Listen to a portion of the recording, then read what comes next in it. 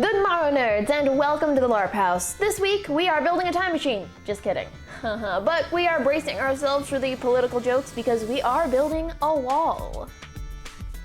Not just any wall, though. This is a lightweight, collapsible wall, ideal for transporting to and from your LARP events. But first, some news, including our very first giveaway winner announcement. But if you want to skip me talking about all that, just click here to go straight to the tutorial.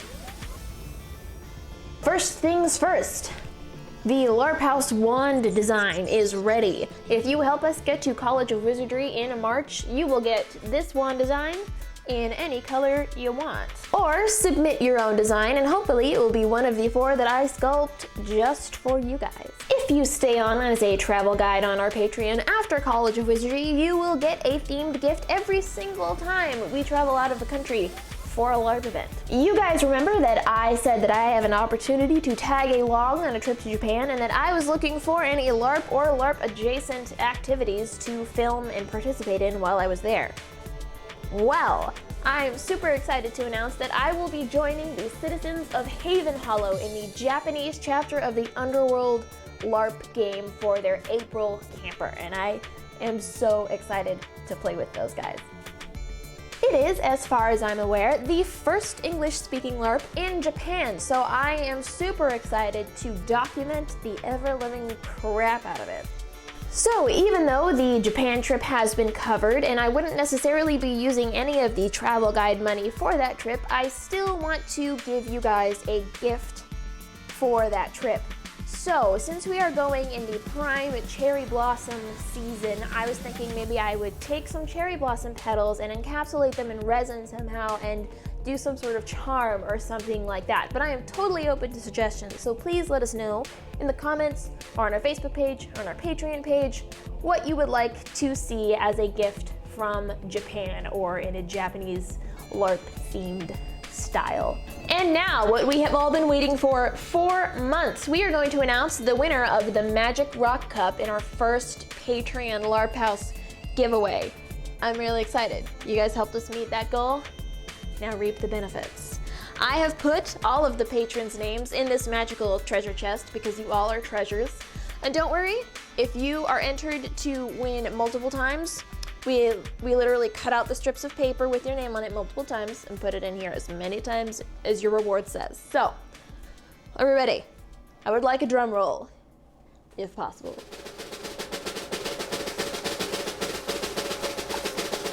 Unfortunate. Okay. All right, who do we have here? Aurora Young. I hope I've said that correctly. You are a $15 patron.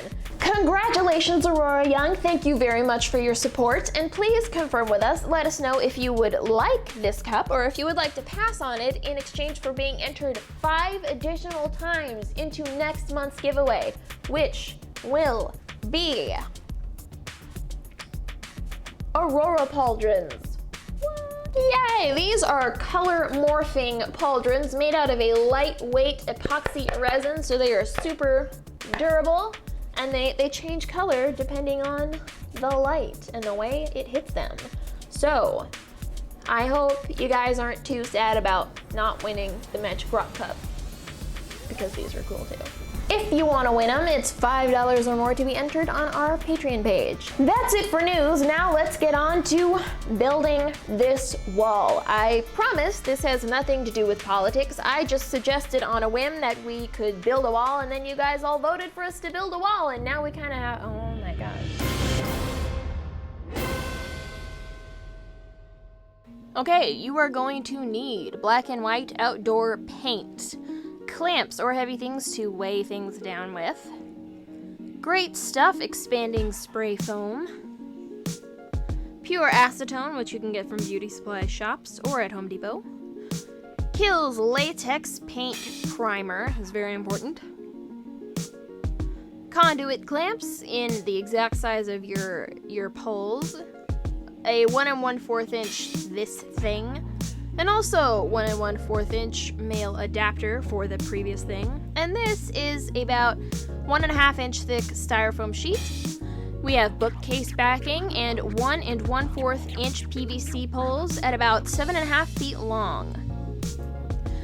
Alright, and we are peeling the foil and plastic covering off of the styrofoam sheeting, and I am using the expanding foam as a sort of adhesive binding agent to stick the bookcase backing, and I'm putting the bookcase backing matte side down on this.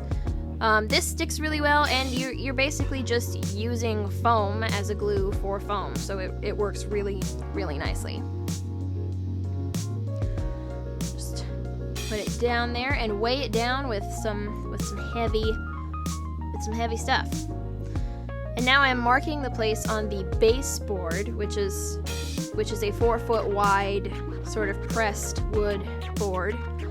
I'm putting down these things that I don't exactly know the name of, but marking where they're gonna go. Make sure you use a T-square to make sure that the lines are even. And now I'm using those male adapters.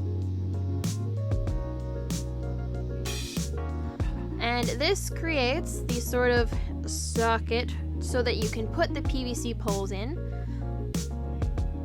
And this will be the base, the backing for your wall. And now I'm using the T-square to measure exactly where these sort of socket things we've created line up on the back of the wall.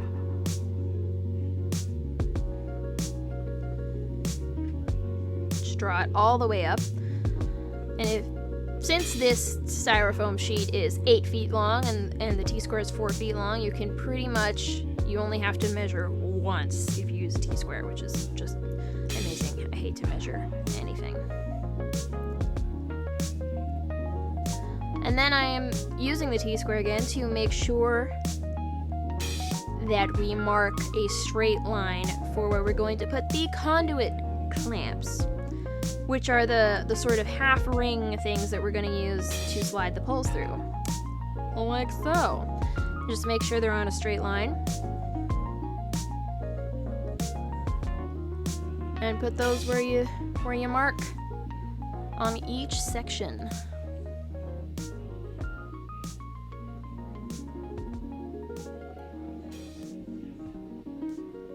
Now we're going to flip it over. Flip it like a pancake. Taking the plastic coating off of the front end. It's important to try to get as much of this off as possible because it messes with the process a little later if you can't. And now I'm marking the sections where there is no backing on the foam. So the sort of in between the bookcase boards. I'm just extending the line here so that I can see how much space there is between the boards pretty clearly while I'm working.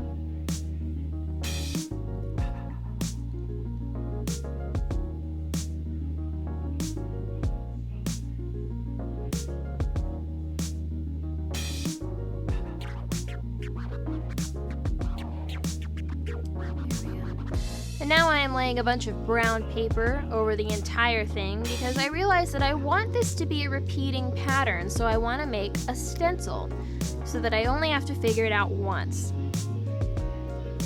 And so here we go. I am using reference material, remarking the spaces between the backing. But always use reference material, and I'm just going ahead and drawing it in. And what I'm doing here is matching the width or the height of the stone on one side with the height of the stone on the other and making it continue. So that's what makes it a repeating pattern. So I put like the left side on one side and then the right side on the other. It's a bit hard to explain, but hopefully you get the idea just from watching me do it there.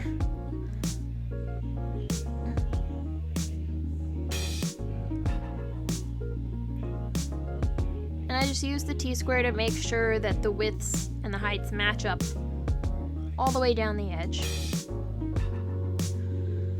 And now what I'm doing is taking masking tape and taping between all of the places I'm going to cut. This, you really don't necessarily have to do this, but I'm doing it to strengthen the stencil later. And you just go in with a razor blade and cut out your pieces. And until you have the whole thing done. Now you're going to be tempted to use spray paint to do this. Do not do that. It'll melt your foam and ruin everything. So I'm using that black outdoor paint from earlier and a sponge brush and just stenciling it in.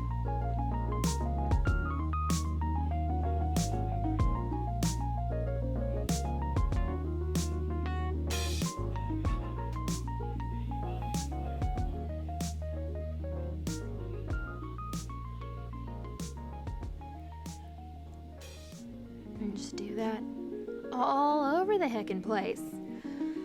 And peel off your stencil. Make sure to be careful so that you can preserve the stencil for more panels later. Now what I am doing between all of the stone markings is I'm taking the straight acetone and just painting it on the wall in between the stones. And this just completely, it melts the foam so that you don't have to carve and make a huge mess for all the grooves. You have to be careful with how much you use at a time. And be mindful that it is a delayed reaction. So while it does melt pretty fast, it's not going to melt the instant you put it on. So if you put on the acetone, just putting on lots of little bits is much better than putting on too much and making a hole. Now, what I'm doing here is taking a razor blade and doing the real nitty-gritty sort of sculpting work. I'm beveling the edges and adding a little bit of texture. This really is the longest part. You don't have to spend as much time on it as I did. But once you're done with that, go through the spaces where there are no backing and saw your wall along the grooves between the stones and cut the sections into the 3 pieces. Da da da da. Now these are your collapsed pieces. Beautiful. Now I'm brushing out all of the little crumbly bits that are left over from melty foam and carving and such. And I'm using that Kills latex paint as a primer and just really slapping it on pretty thick.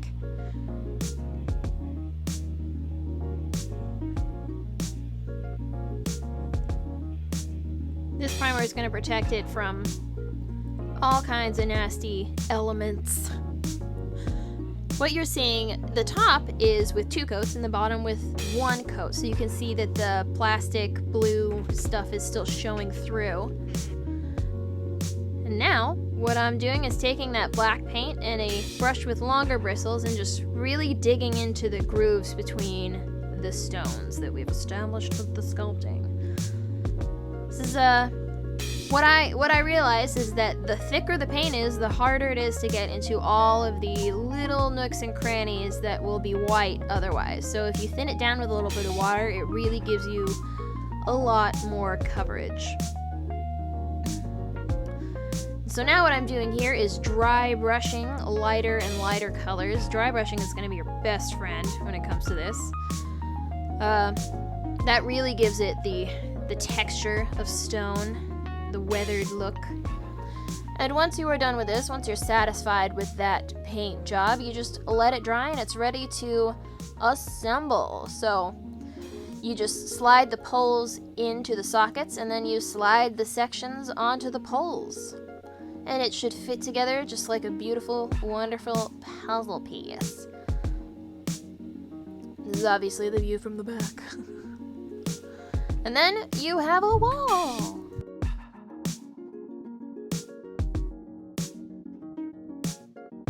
That's it for this week, nerds. Please take this knowledge to make your game more visually immersive. If your game can't afford to make a giant wall, I would suggest creating a money pool and sort of making a community wall that everyone who pitches in can use. Or just pledge $2 a month in order to be entered to win a makeover for your entire game, which would include a wall if you needed it.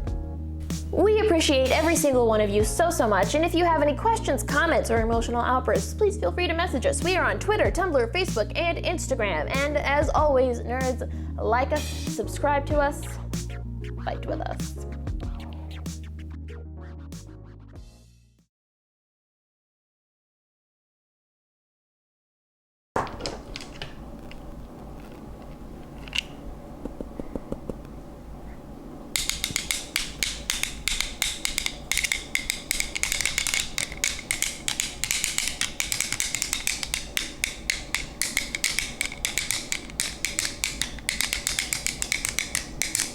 I am a tri-wizard. This is how I will be casting all of my spells. I hope there's no accuracy required, no aiming, because this I will always miss, only miss forever. But it will be great if I need to maybe just blow up a building. Just, yeah. I'm Wizard Wolverine. Wizard Unicorn Wolverine.